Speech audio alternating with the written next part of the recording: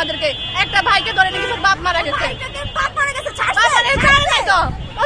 মানুষ না, মানুষ ওরা। এ চিত্র 2024-এর 31 জুলাইয়ের। লক্ষ্মীপুরে মার্চ ফর জাস্টিস কর্মসূচি ছিল সেদিন। একজন নারী শিক্ষার্থীকে পুলিশের হাত থেকে ছিনিয়ে নেয় ছাত্রীরা। ছাত্রীদের বাধার মুখে শেষ পর্যন্ত তাকে ছেড়ে দিতে বাধ্য হয় পুলিশ।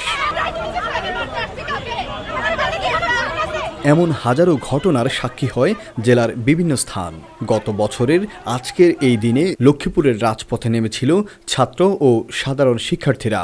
সমন্বয়কদের কেন্দ্র ঘোষিত এই কর্মসূচির মধ্য দিয়ে জুলাইয়ে শুরু হওয়া ধারাবাহিক আন্দোলনের অংশ হিসেবে শিক্ষার্থীরা প্রতিবাদে সোচ্চার হন।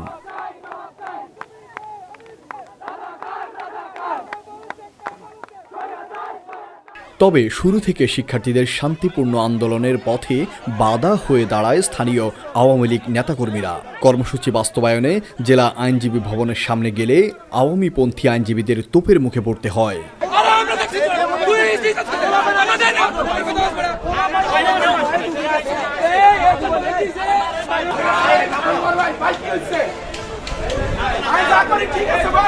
পরে তারা শহরের মাদাম ব্রিজ এলাকায় জড়ো হলে সেখানে আওয়ামী লীগের নেতাকর্মীরা তাদের ছত্রভঙ্গ করার চেষ্টা করে।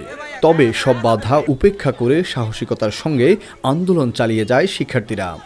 এ সময় নারী শিক্ষার্থীদের সাহসী ভূমিকা ছিল চোখে পড়ার মতো। সে সময় শিক্ষার্থীরা বলেন, এই কর্মসূচি ছিল আমাদের ন্যায় বিচার ও গণতন্ত্র পুনরুদ্ধারের লড়াইয়ের অংশ, কিন্তু আমাদের প্রতিবারই বাধার সম্মুখীন হতে হচ্ছে। আমরা তো বন্ধু নিয়ে আসি না, আমরা তো লাঠি নিয়ে আসি নাই, আমাদের অধিকার আছে, আমরা এখানে আসবো। আবার বলতেছে তো আপনি কোন জায়গার মেয়ে, আপনি কি লক্ষ্মীপুরের মেয়ে? আমি কি বাইরে থেকে আসছি? অবিচল এই আন্দোলনের ধারাবাহিকতায় লক্ষ্মীপুরে 4 আগস্ট 4 জন সহ মোট 16 জন শিক্ষার্থী নিহত হন। শিক্ষার্থীদের দাবি, তাদের রক্তের উপর দিয়ে আওয়ামী লীগ পালিয়ে 4ই আগস্ট ফ্যাসিবাদ মুক্ত হয় লক্ষ্মীপুর। Annaz Musakib, Star News, Lakshmipur.